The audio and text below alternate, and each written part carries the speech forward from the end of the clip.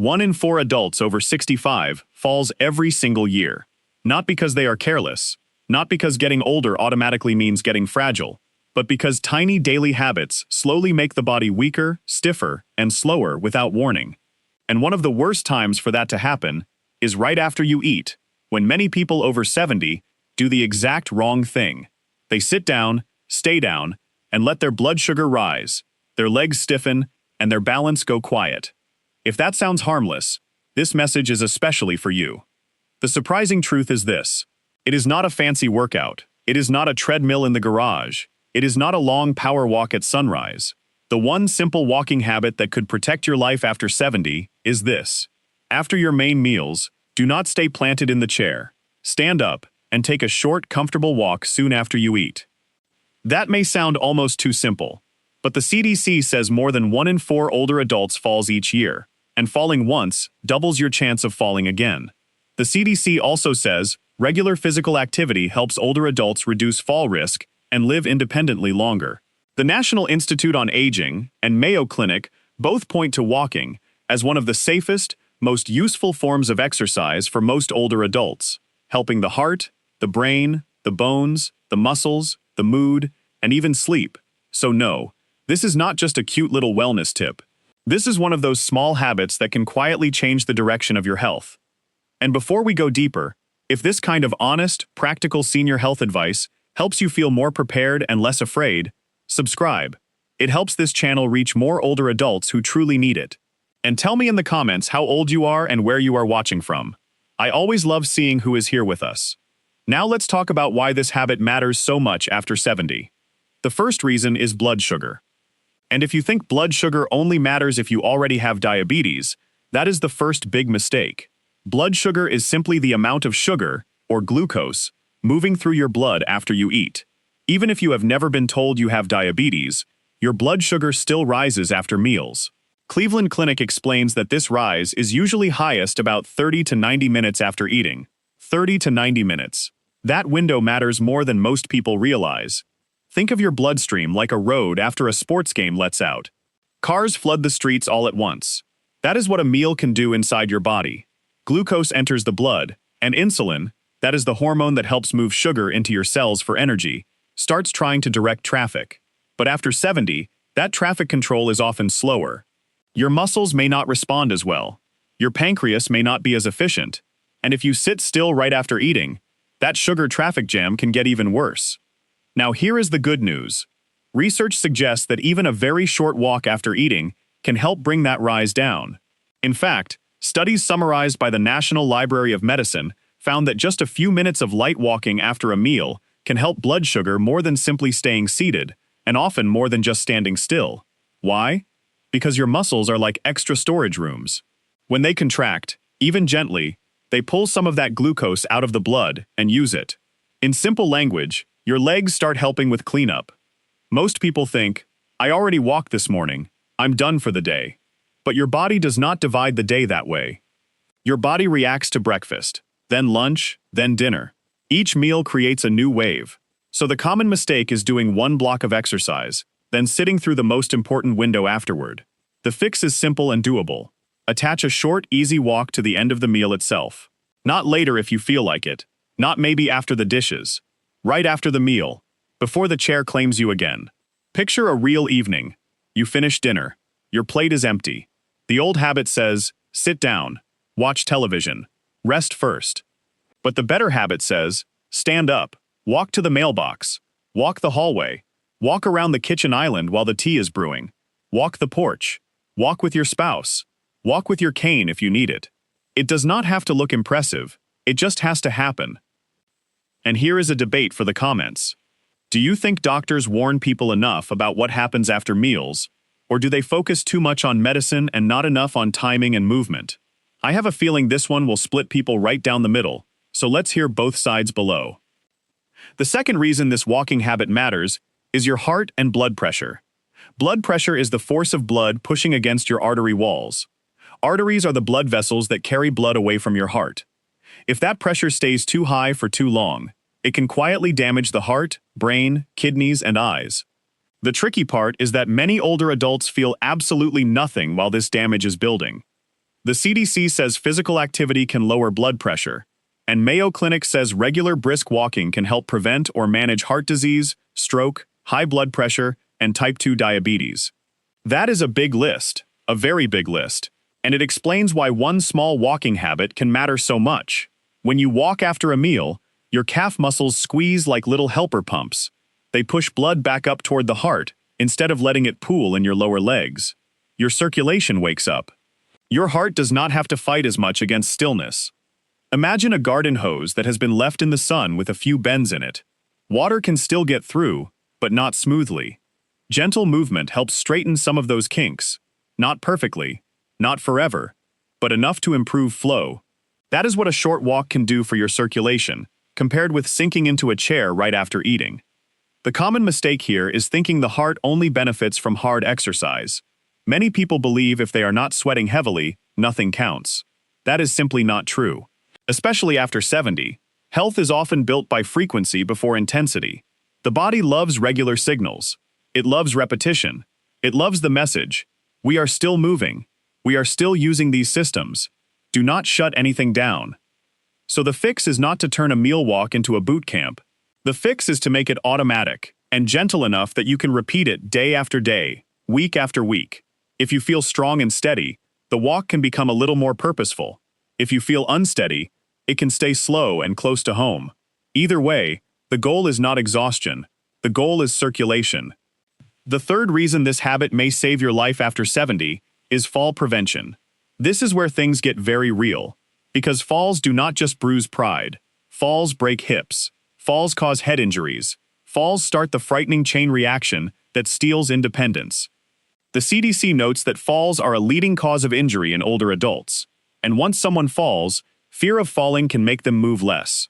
Then they get weaker. Then the risk rises again. It becomes a terrible loop. Here is what most people miss. The danger does not begin when you trip. The danger begins earlier, when the body gets deconditioned.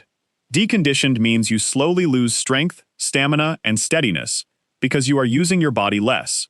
Sitting right after meals may not seem connected to a future fall, but it feeds the exact pattern that leads there: stiff hips, weak ankles, slower reaction time, poor circulation, a body that forgets how to transition smoothly from sitting to standing to walking.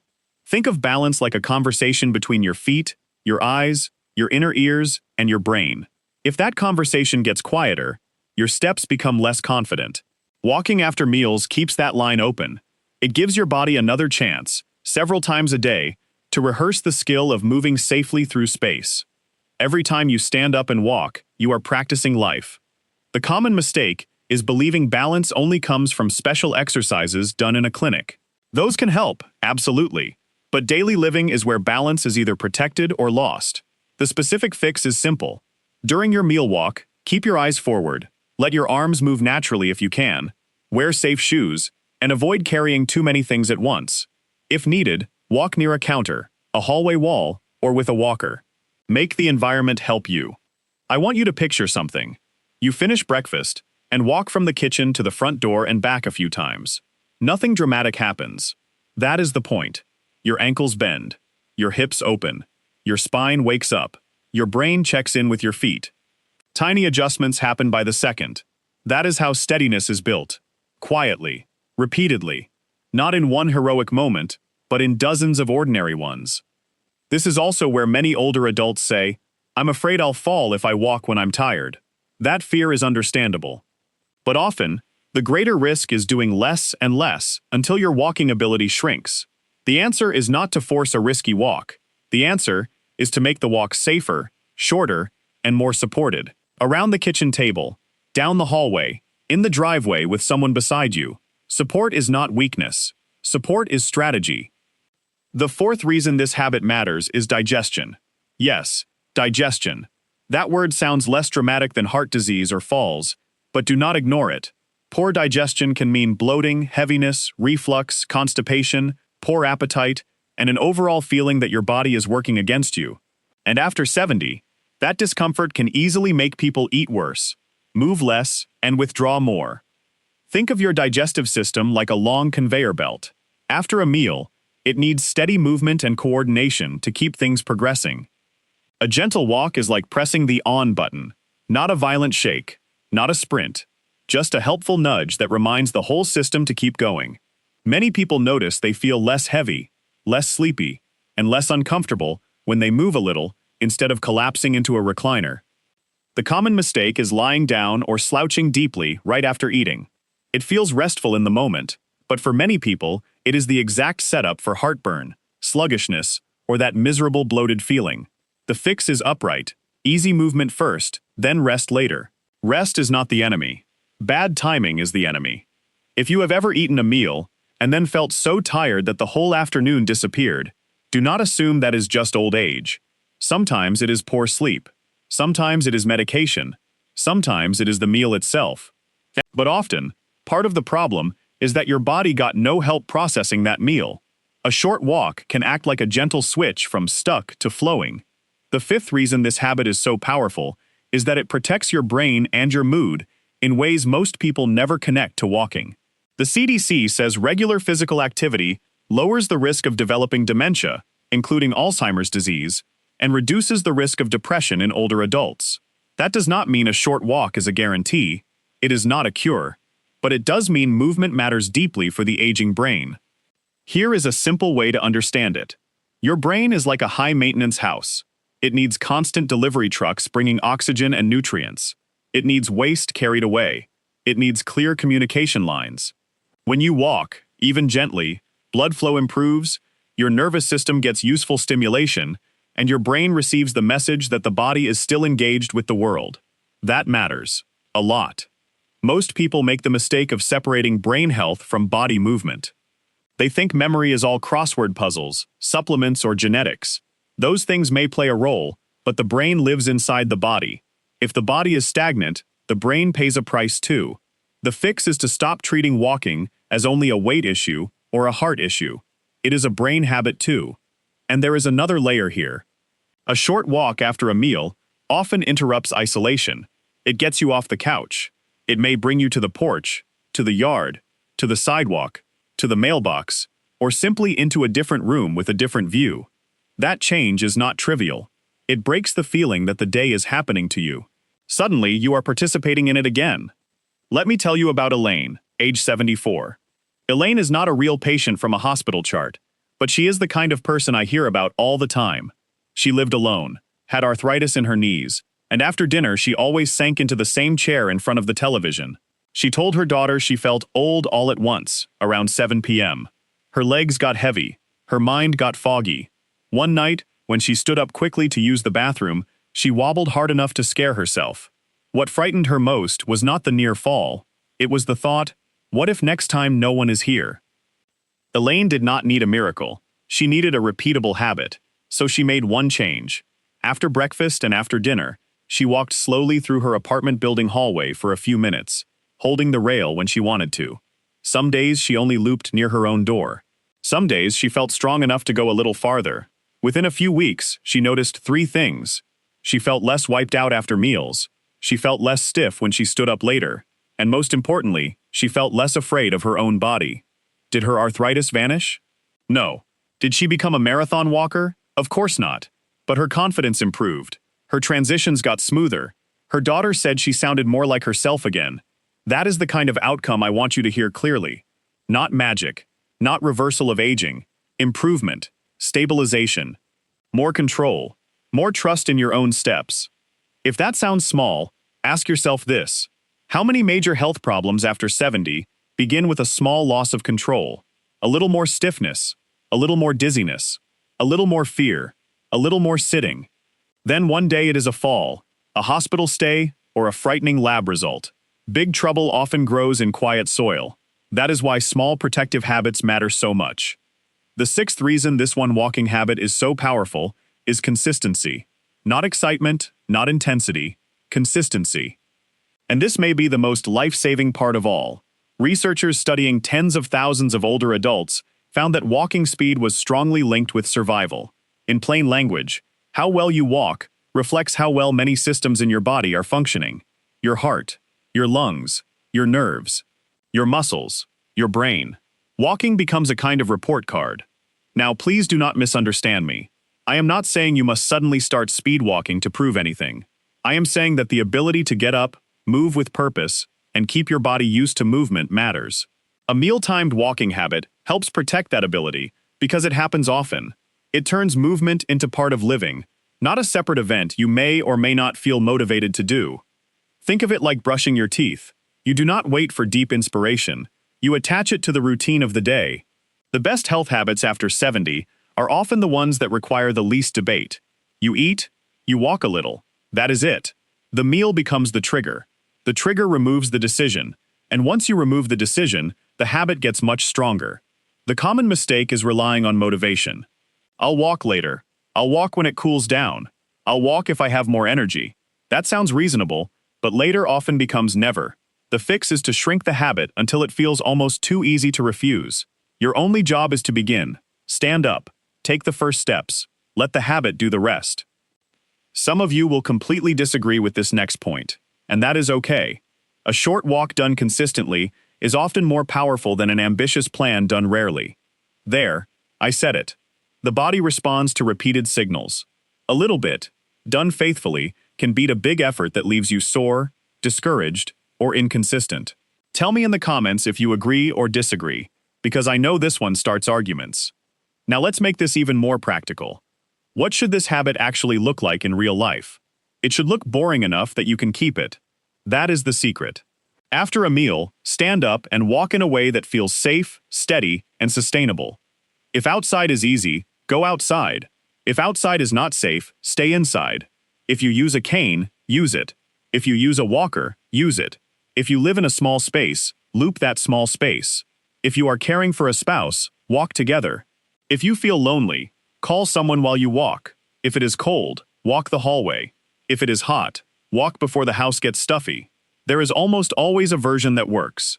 What should you not do? Do not turn this into a pride contest. Do not compare your walk to someone else's. Do not assume a short walk doesn't count.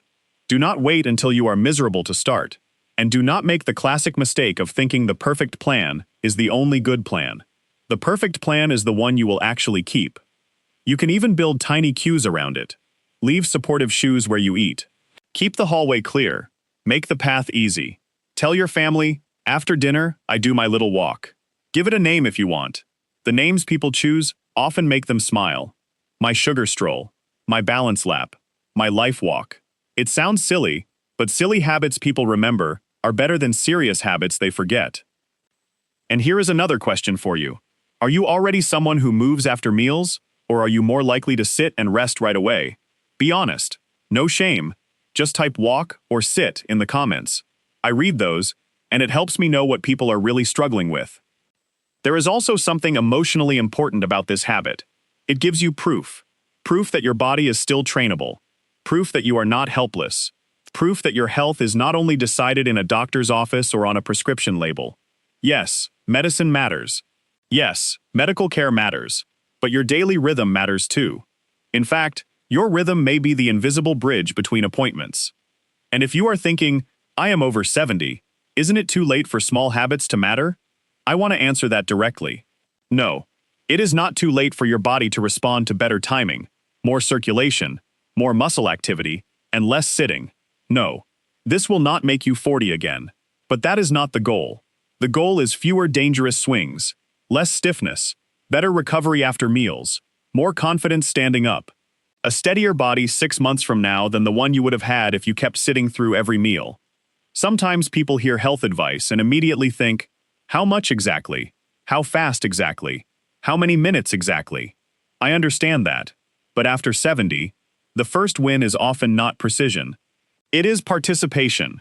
Start with a short, comfortable walk you can tolerate safely. Let your doctor or physical therapist help you adjust it. If you have heart disease, diabetes, lung disease, severe neuropathy, that is nerve damage, dizziness, or any condition that changes what is safe for you. And especially if you take medication for blood sugar, be careful. Exercise can change glucose levels, and that is one reason guidance matters.